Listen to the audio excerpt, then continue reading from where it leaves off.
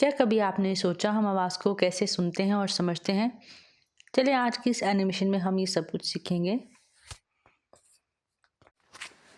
जब एक जिस्म वाइब्रेट करता है तो आवाज़ पैदा होती है, मगर हम हर आवाज़ नहीं सुन सकते।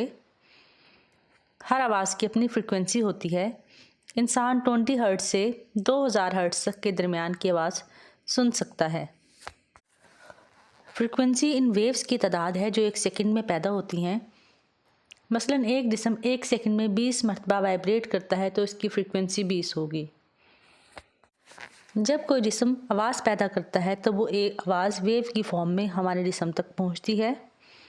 वेव कानों से टकराती है और कान के अंदर चली जाती है, जहां हम इसको सुनते हैं और समझते हैं। इन सब के लिए हमें ये जानना होगा कि हमारा कान कैसे काम करता है। हमारे जिस्म में 2 कान हैं जो सुनने में मदद देते हैं। कान के 3 हिस्से होते हैं: बैरूनी कान, दरमियाना कान, अंदरूनी कान।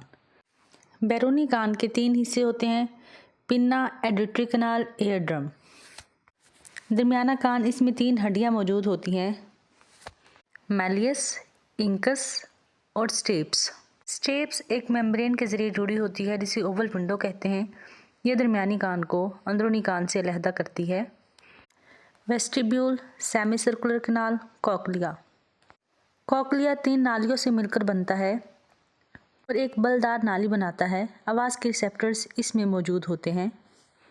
अब हम बात करते हैं कि आवाज़ को हम कैसे सुनते हैं।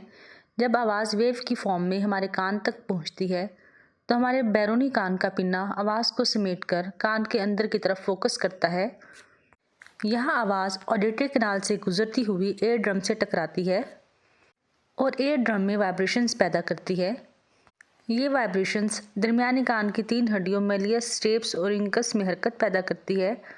ये हरकत ओवल विंडो से टकराती है और कॉकलिया की फ्लूइड भरी नाली तक पहुंच जाती है, जिससे फ्लूइड में हरकत पैदा होती है और रिसेप्टर इस हरकत को वसूल करते हैं और नर्व इम्पल्स पैदा करते हैं जो हमारे दिमाग तक पहुंच जाती है। दिमाग में नर्व इम्पल्स दिमाग के सबसे बड़े हिस्से फोरब्रेन में जाती है, जहां से ये नर्व इम्पल्स टेम्पोरल लोब तक पहुंचती है। यूँ हम आवाज़ को सुन सकते हैं।